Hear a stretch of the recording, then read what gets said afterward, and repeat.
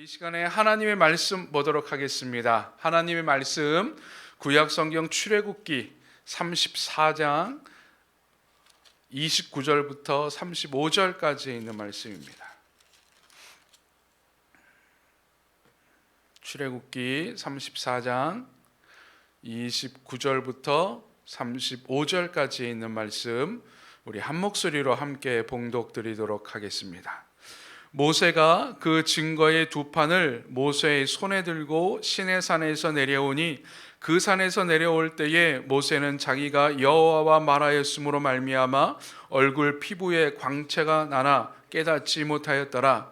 아론과 온 이스라엘 자손이 모세를 볼 때에 모세의 얼굴 피부에 광채가 남을 보고 그에게 가까이 하기를 두려워하더니 모세가 그들을 부르매 아론과 회중의 모든 어른이 모세에게로 오고 모세가 그들과 말하니 그 후에야 온 이스라엘 자손이 가까이 오는지라. 모세가 여호와께서 시내산에서 자기에게 이르신 말씀을 다 그들에게 명령하고 모세가 그들에게 말하기를 마치고 수건으로 자기 얼굴을 가렸더라. 그러나 모세가 여호와 앞에 들어가서 함께 말할 때에는 나오기까지 수건을 벗고 있다가 나와서는 그 명령하신 일을 이스라엘 자손에게 전하며 이스라엘 자손이 모세의 얼굴에 광채를 보므로 모세가 여호와께 말하러 들어가기까지 다시 수건으로 자기 얼굴을 가렸더라. 아멘. 지난 주간에 미국의 한 영화 배우였던 체드윅 보스만의 사망 소식과 함께 많은 사람들이 그의 죽음을 애도하며 그를 영웅으로 히어로로 부르고 그의 죽음을 많이 안타까워했다는 소식이 언론 기사화된 적이 있었습니다.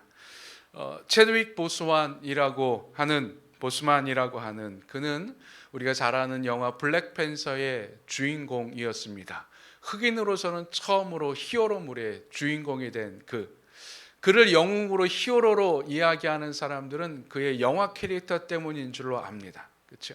블랙팬서라고 하는 유명한 영화의 캐릭터로 말미암아 사람들은 그를 영웅으로 히어로로 부른다라고 생각을 하지요. 그러나 그를 진짜 영웅으로 또 히어로로 기억하고 추모했던 것은 그의 영화 캐릭터뿐만은 아니었습니다. 그의 영화 밖에서의 진정성 있는 삶의 태도 때문이었습니다. 그가 죽은 이후에 그의 기사에 대해서 살펴봤더니만 이런 이야기가 있었습니다. 그는 흑인으로서 그의 삶을 흑인 인권운동에 투신했었다고 합니다. 지금 미국에서 일어나고 있는 인종차별 운동에 대항해서도 열심히 흑인의 목소리를 대항했었고, 그가 처음 드라마에 들어갔을 때에 그가 처음 맡았던 배역은 흑인 불량배 역할이었답니다. 당시 미국 사회가 그러하듯이 흑인 불량배에 대한 기존 판에 박힌 뻔한 캐릭터를 연기하라 그랬을 때 그는 그 캐릭터로 말미암아 수많은 고민을 했었고 감독에게 또 다른 제안을 했을 때요. 좀 더 깊이 있게 이 캐릭터를 만들어 가면 좋겠습니다 라고. 그 흑인에 대한 어떤 고정관념을 깨기 위해서 그런 이야기를 했었죠. 그러나 돌아온 결과는 그 배역에서 잘렸다는 것이었습니다. 그러나 그는 포기하지 아니하고 그의 자신의 삶의 정체성, 목적을 향해 달려갔고 그의 목적을 드디어 그는 이루어냈었습니다. 수많은 흑인 히어로물의 주인공으로 또 흑인 영화의 주인공으로 그는 발탁이 되었고 흑인을 대표하는 영화배우로 거듭나게 되었습니다. 그는 또한 대장암 3기 판정을 받은 이후에도 자신의 삶을 포기하지 아니하고 영화배우로서의 꽃을 피웠어요. 블랙팬서도 대장암 판정을 받은 이후에 찍은 영화라고 합니다. 힘든 투병 기간에도 항암 치료 기간에도 그는 열심히 자신의 삶을 살았다 그러죠. 그는 또한 사랑을 쟁취한 자였습니다. 그가 죽기 몇 달 전에 그가 사랑하고 사귀었던 한 여자친구와 결혼식을 벌였고 결혼식 이후에 함께 살고 그 사랑하는 아내 곁에서 숨을 거뒀다는 기사를 보며 참 가슴이 따뜻해지고 뭉클해지는 것을 경험했습니다. 그를 영웅으로 만드는 것은 그의 삶의 멋진 태도 때문이었죠. 반면 얼마 전에 지난 주간에 제 친구가 모친상을 당해서 장례식에 다녀온 적이 있었습니다. 제가 목사인 걸 뻔히 다 아는 친구들이 제가 가서 이야기하니 터놓는 이야기가 이런 거였습니다. 한 목사에 대한 욕이었고 교회에 대한 욕이었습니다. 뭐라고 할 말이 없었습니다. 참 부끄러웠습니다. 교회가 욕을 먹고 또는 그리스도인들이 욕을 먹는 이 상황, 과연 교회가 비난받을 만한 자들인가? 그리스도인들이 비난받기 위해서 신앙생활을 하는가? 고민이 되었고 생각이 들었고, 저는 거기서 예수님의 한 가지 말씀이 생각났었습니다. 너희는 세상의 소금이고 너희는 세상의 빛이다. 소금이 만약에 그 맛을 잃으면 밖에 버려져 사람들에게 밟힌다라고 하는 말씀이었습니다. 소금이 그 맛을 잃어 지금 사람들에게 밟히고 있는 것 아닌가? 과연 그러면서 그리스도인 교회를 소금으로 빛으로 만드는 힘은 무엇일까? 최대인 보스만을 영웅으로 만들었던 힘은 그의 삶의 태도였다라면 교회를, 그리스도인을 소금으로 빛으로 만드는 진짜 힘은 무엇일까? 오늘은 그 이야기를 한번 같이 묵상해 보고자 합니다. 생각해 보고자 합니다. 우리는 여기서 출애굽 후에 광야에서의 이스라엘을 주목해야 됩니다. 왜냐하면 하나님이 이스라엘을 만드신 시기가 바로 이때이기 때문입니다. 이스라엘을 만드셨던 그 시기에 하나님은 이스라엘을 이스라엘 되게 하는 힘을 주셨습니다. 이스라엘을 이스라엘 되게 하는 어떤 권능을 베풀어 주셨는데, 이스라엘답게 만들기 위해 주신 것이 있었는데, 그것이 바로 오늘 본문에 나와 있는 모세가 들고 온 두 돌판이요, 모세가 명령했던 성막이었습니다. 이 두 돌판과 성막으로 이스라엘은 다른 민족과 구별이 되었고 하나님의 거룩한 백성이 되었고 열방의 제사장 나라가 되었고 하나님의 소유가 되었습니다. 모세가 들고 온 두 돌판은 우리가 전통적으로 십계명이 적혀 있는 돌판으로 알고 있습니다. 모세가 이야기한 성막은 이스라엘이 하나님을 예배하기 위해 만든 곳이었습니다. 이 두 돌판과 성막은 후에 율법과 제사로 표현되는 이스라엘 신앙의 두 기둥이 되었고, 신약 시대에 예수 그리스도를 믿는 우리들에게는 말씀과 예배로 표현되는 그리스도인의 신앙의 두 표지가 되었습니다. 즉 하나님께서 이스라엘을 만드실 때에 이스라엘 되게 하신 것이 바로 율법과 제사였더라면, 하나님께서 우리 그리스도인들을, 우리 교회를 교회되게 만드신, 그리스도인 되게 만드신 두 개는 바로 말씀과 예배라고 하는 것입니다. 그럼 이 말씀과 예배는 무엇일까요? 먼저 우리 두 돌판에 대해서 한번 살펴보기를 원합니다. 이 두 돌판은 율법으로 해석될 수도 있고요, 우리에게는 말씀 혹은 예수 그리스도로 해석될 수 있습니다. 이 두 돌판은 모세가 시내산에서 40일간 하나님과 독대했을 때에 받았던 것입니다. 거기에는 십계명이 적혀 있었고, 십계명은 율법의 핵심이고 하나님의 말씀의 총체라고 볼 수 있습니다. 즉 두 돌판은 하나님의 말씀이라고 하는 것이죠. 근데 이 하나님의 말씀이 돌판에 쓰여진 것은 어떤 의미일까? 우리는 두 가지 의미를 찾아볼 수 있는데요. 첫 번째, 이 두 돌판에 쓰인 하나님의 말씀은 하나님께서 직접 쓰셨다라고 하는 것입니다. 이것은 말씀의 권위를 상징합니다. 하나님께서 쓰신 두 돌판, 처음에는 하나님께서 두 돌판과 함께 말씀도 함께 하나님께서 직접 쓰셔서 모세에게 수여해 주셨는데, 그만 모세가 첫 번째 그 돌판을 깨트려 버림으로 인해서 두 번째는 모세가 그 두 돌판을 깎고 그 위에 하나님께서 직접 쓰셨습니다. 말씀의 권위지요. 즉 누가 쓰셨는가, 누가 말씀했는가에 따라서 그 권위와 힘이 달라진다라고 하는 것입니다. 미국에 지금 대통령이 있습니다. 트럼프지요. 그는 트위터와 또는 기자회견 가운데 숱한 말을 쏟아냅니다. 그 말이 참 이슈가 되고 그의 말 한마디에 미국 경제가 움직이고 세계가 그의 말에 긴장을 합니다. 왜 그렇습니까? 트럼프의 말이 위대해서입니까? 트럼프의 말이 대단해서입니까? 상당히 미래적이고 상당히 예언적이기 때문에 그렇습니까? 아니지. 트럼프가 미국의 대통령이기 때문에 그렇습니다.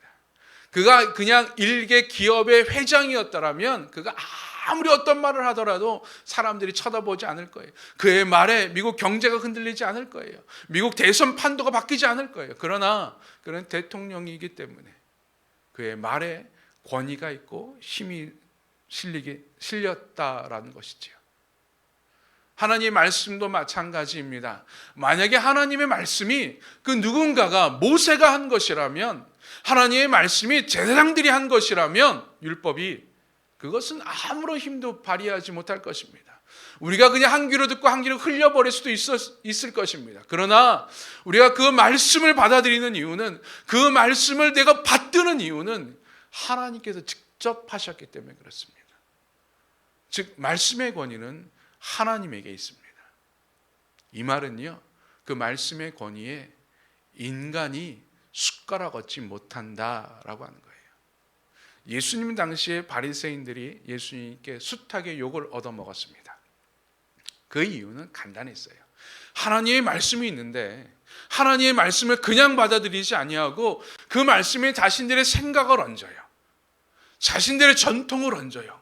그리고 자신들의 전통, 자신들의 생각을 하나님의 말씀으로 포장을 했어요. 예수님은 그러한 바리새인들의 말과 행동에 분노하셨고 화를 내셨고 책망하셨습니다. 혹시 지금 우리가 그러고 있지 않습니까? 하나님의 말씀이 있는데 이 말씀에 우리의 생각을 얹어요. 교회의 생각을 얹어요. 교회의 전통을 얹어요. 그리고 이것이 하나님의 말씀인 양 이야기합니다. 절대 그리해서는 안 됩니다. 하나님의 권위는 하나님께 온전히 두어야 됩니다. 또한 이 하나님의 말씀이 돌판에 새겨졌다라고 하는 것은, 이것은 불변의 말씀임을 의미합니다.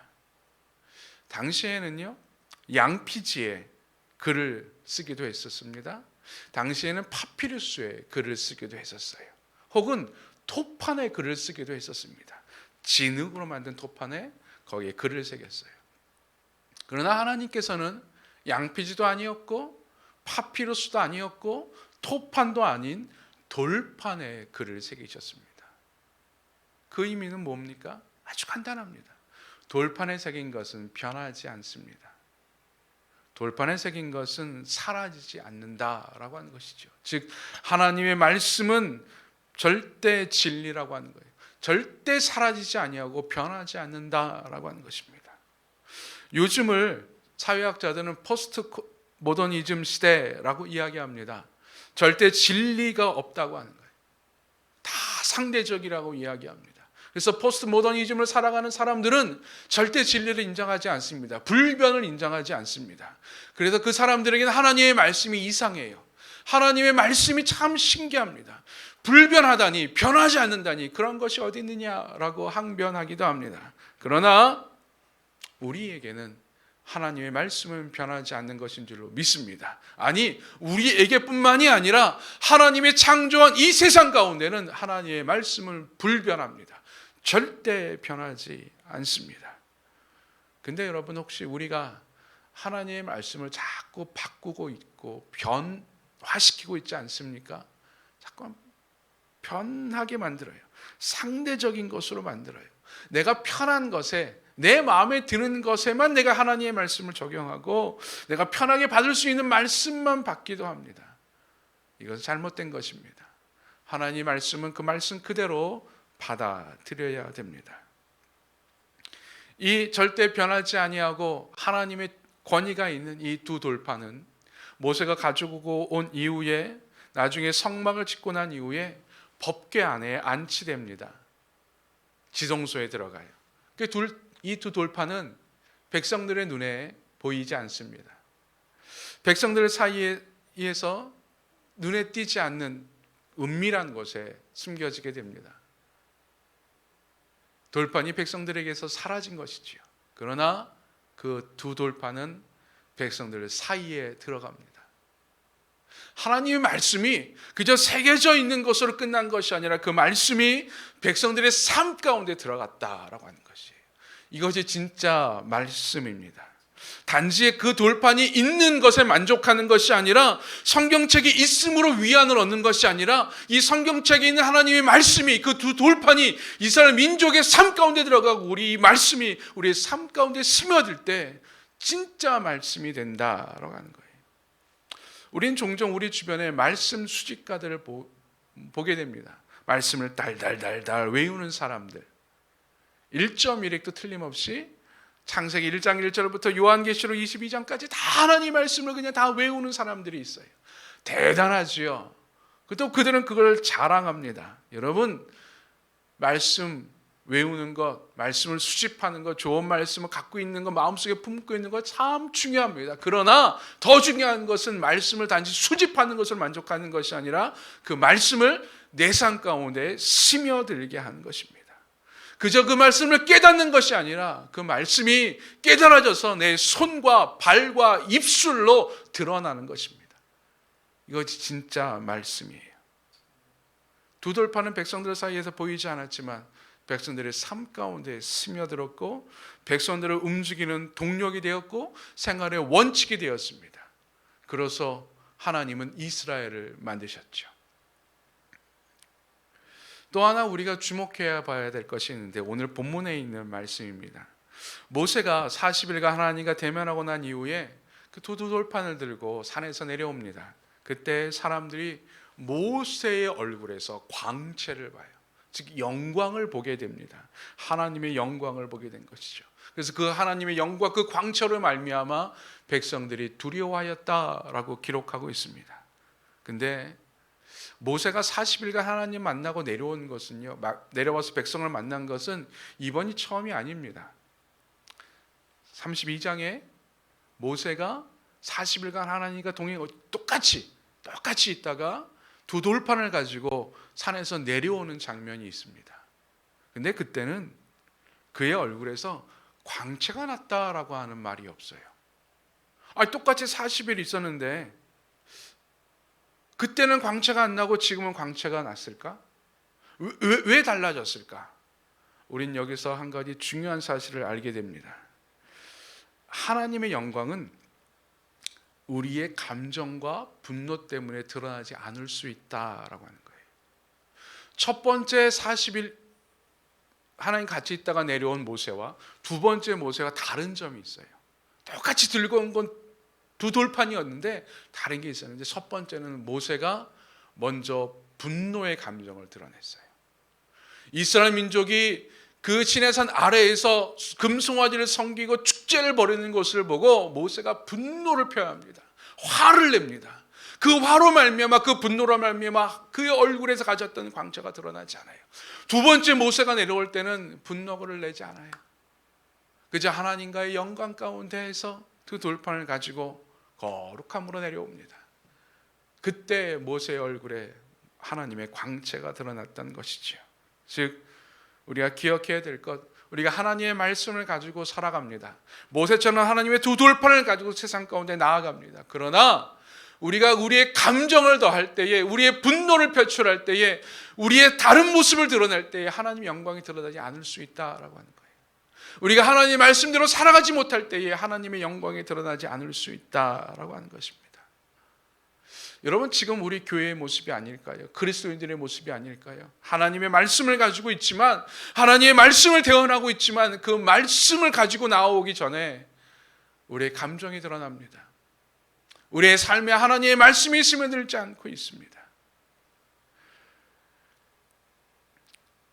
전 100주년 기념교회 담임 목사님이셨던 이재철 목사님이 한 집회에서 지금 한국 교회가 욕을 먹는 이유에 대해서 이렇게 답을 한 적이 있습니다.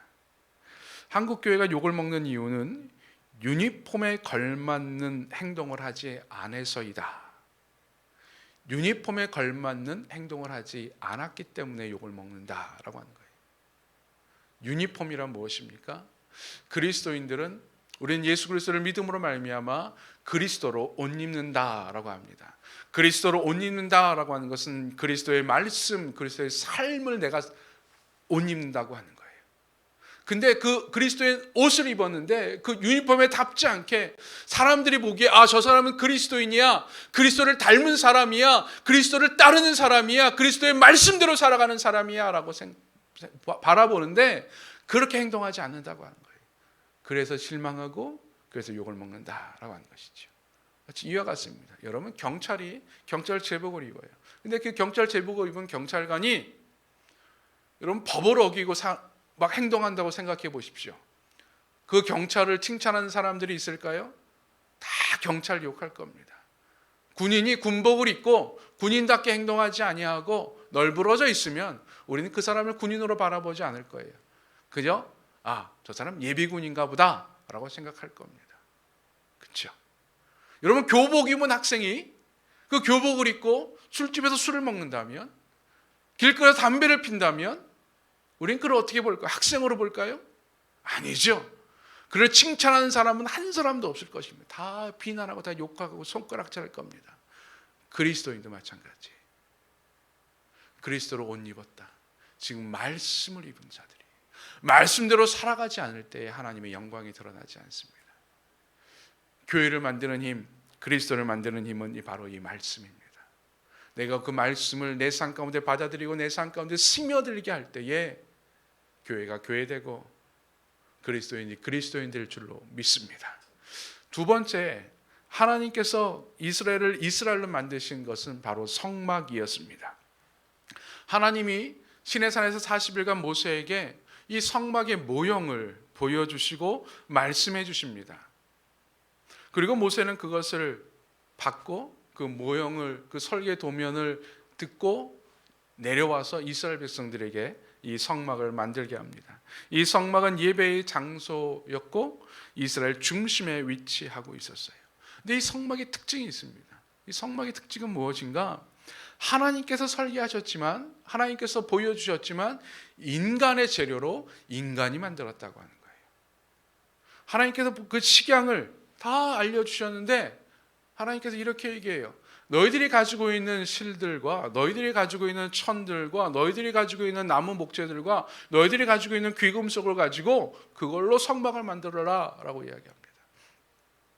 즉 우리가 가지고 있을 때는 아무것도 아니었던 것들이, 우리가 가지고 있었을 때는 그냥 한낱 종이 조각에, 한낱 천 조각에 불과했던 것들이, 한낱 그냥 귀금속에 불과했던 것들이 하나님께 드려지고 하나님의 식양대로 변화됐을 때에 하나님의 영광이 임하는 성막이 되었다라고 하는 것이, 즉 우리 예배의 모습을 볼 수가 있습니다.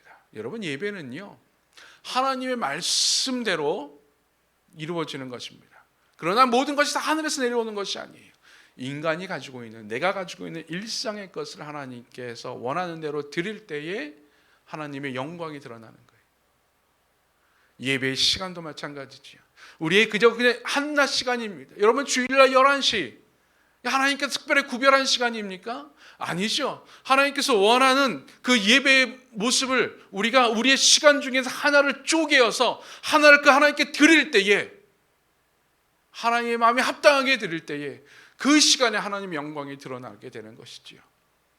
또한 이 성막은요 하나님께서 모세에게 보여줬고, 성막의 모양은 모세가 이스라엘 백성들에게 말했습니다. 전달되어 갑니다. 그래서 처음 성막이 만들어졌을 때의 모형, 그리고 솔로몬 왕 때에 다시 이제 성전을 건축하는데, 성전을 건축했을 때의 그 성막의 모형들, 하나님께서 말씀하신 각종 기구들의 모형들은 조금씩 다릅니다. 즉 하나님께서 원하시는 원칙은 있지만 인간의 그 시대의 시대상과 인간의 마음과 인간의 기술 달란트를 통해서 그 형태가 달라질 수 있다라고 하는 거예요. 번제단의 형태가 달라집니다. 물두멍의 형태가 달라집니다. 금촛대의 형태가 달라집니다. 우리는 여기서 한 가지 알 수 있는 것이 있죠. 시대에 따라 예배는 달라진다라고 하는 거예요. 그러나 달라지지 않은 것이 한 가지 있는데, 우리가 성막이 다 완성된 후에, 솔로몬의 성전이 완성된 후에 동일하게 하나님의 영광이 거기에 임했다라고 하는 것이에요.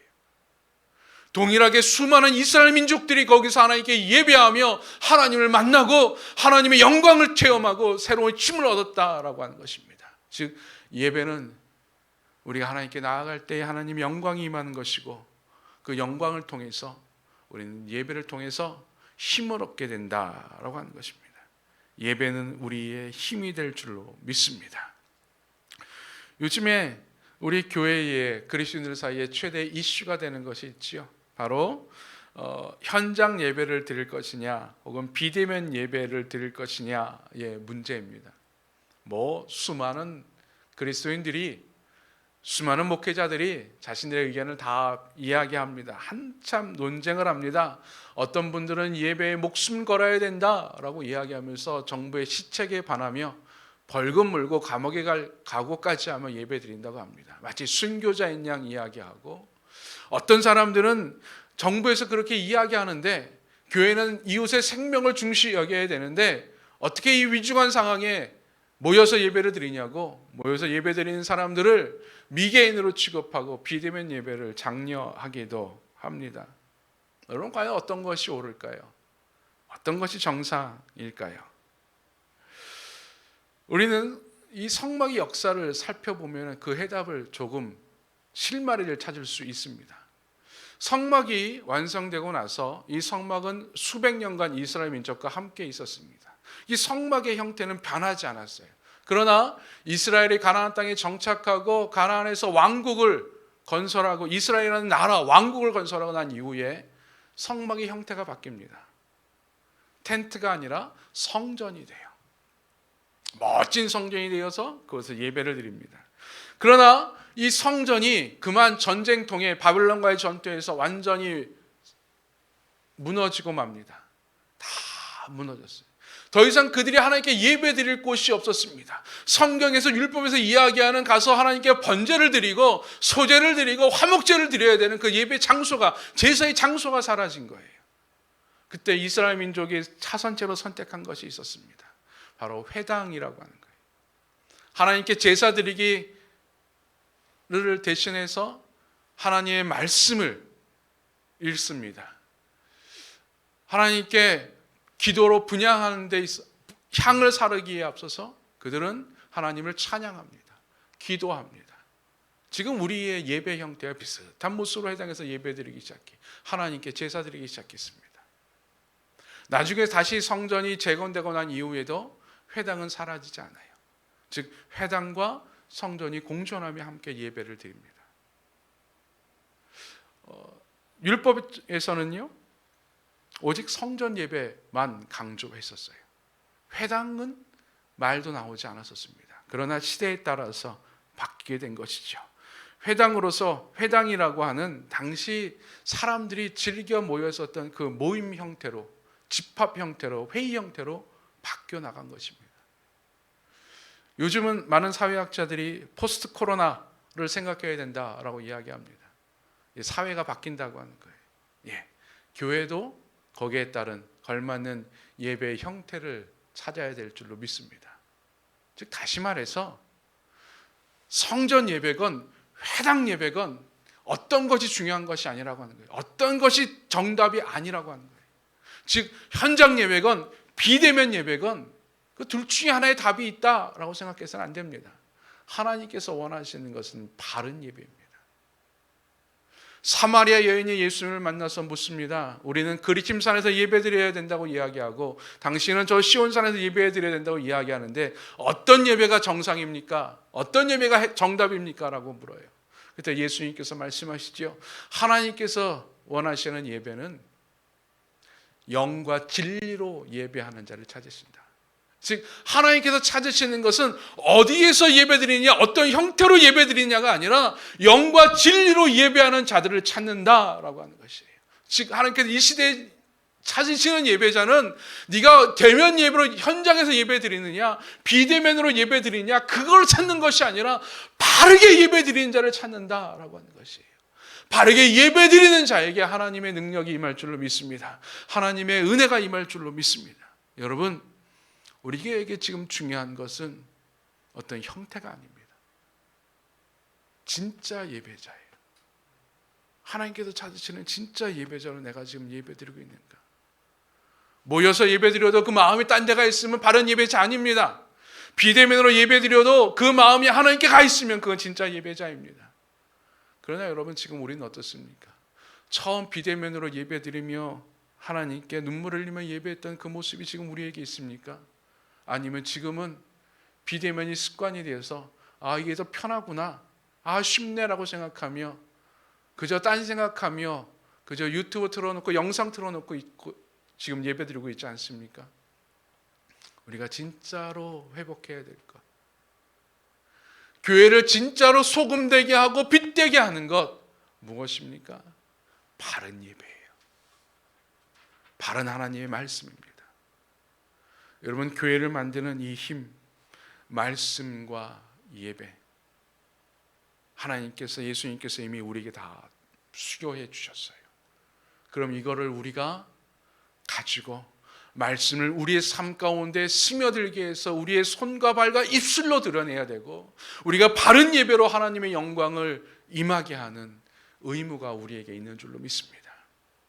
교회를 교회되게 만들고 그리스도인들 그리스도인 되게 만들어서 다시 맛을 찾은 소금으로 빛을 발하는 그 등불로 살아갈 수 있는 저와 여러분이 되기를 주의 이름으로 간절히 축원드립니다. 우리 시간에 하나님께 함께 찬양하며 나아갑니다. 우리에겐 소원이 하나 있네, 주님 다시 오실 그날까지. 우리 가슴에 새긴 주의 십자가 사랑, 나의 교회를 사랑케 하네. 주의 교회를 향한 우리의 마음, 희생과 포기와 가난과 고난, 하물며 죽음조차 우리를 막을 수 없네. 우리 교회는 이 땅의 희망. 우리가 즐겨 부르는 찬양이지요. 네, 여러분, 이 찬양의 가사처럼 우리 교회는 이 땅의 희망이라고 과감하게 말할 수 있습니까? 외칠 수 있습니까? 이 시간 하나님께서 우리에게 원하시는 교회를 교회되게 만드는 그 힘 회복하게 하여 주시옵소서. 그리스도인으로 만드는 그 힘, 하나님의 말씀과 예배를 회복하게 하여 주시옵소서.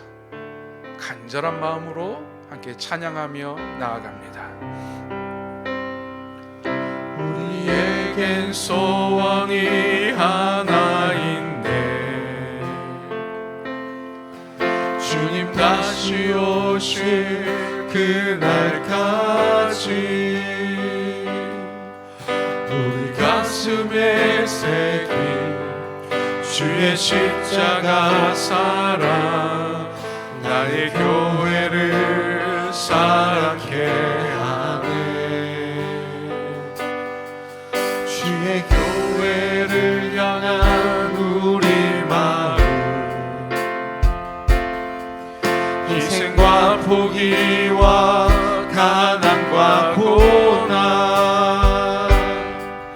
하물며 죽음조차 우릴 막을 수 없네. 우리 교회는 이 땅의 희망. 교회를 교회되게, 예배를 예배되게, 우리를 사용하소서. 진정한 부흥의 날 오늘 임하도록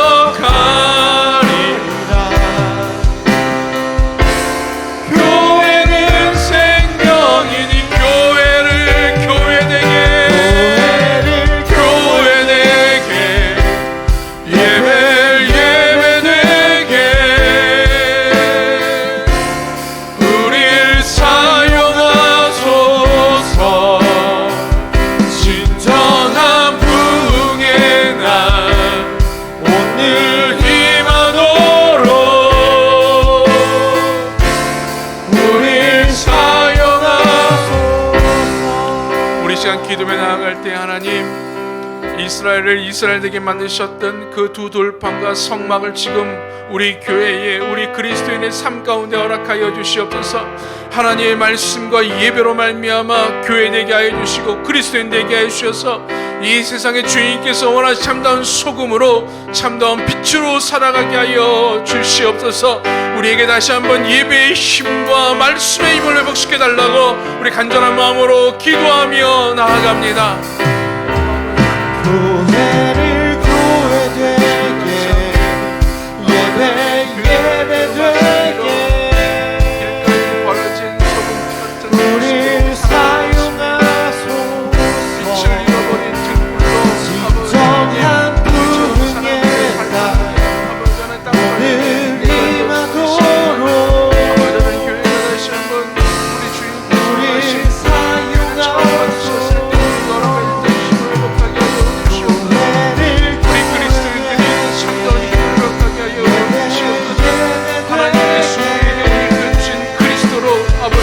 살아가게 하여 주시옵소서. 우리 귀에 들려주신 그 말씀이 아버지 하나님 우리 삶 가운데 스며들어서 우리의 손과 발과 뜻으로 돌아가게 하여 주시옵소서. 아버지 하나님, 아버지 하나님 주님과 만나게 예배하는 예배자로 살아가게 하여 주셔서 우리 가운데 주님께서 참다운 모습으로 살아갈 수 있도록 아버지 허락하여 주시옵소서. 주님 원합니다. 우리의 바른 예배를 허락하여 주시옵소서.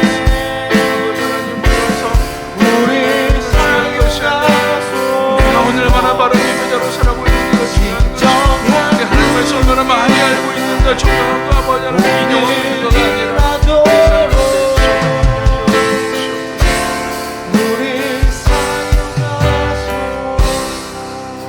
하나님, 하나님의 말씀으로 교회가 교회되게 하여 주시옵소서. 하나님께 바른 예배로 그리스도인이 그리스도인 되게 하여 주시옵소서. 내가 얼마나 많이, 교회가 얼마나 많이 하나님의 말씀을 인용하는가가 아니라 하나님의 말씀을 적용하는 교회, 적용하는 그리스도인 되게 하여 주시옵소서. 어디서 어떻게 예배드리는가가 아니라 하나님께서 원하는 바른 예배자로 예배하는 그리스도인 되게 하여 주시옵소서. 그래서 진짜 힘을 받아서 다시 한번 이 땅의 소금으로, 이 땅의 빛으로 교회가, 그리스도인들이 우뚝 서게 하여 주시옵소서. 예수님의 이름으로 기도드리옵나이다. 아멘. 끝까지 복음이 전해질 때까지 증인된 삶을 결코 쉬지 않을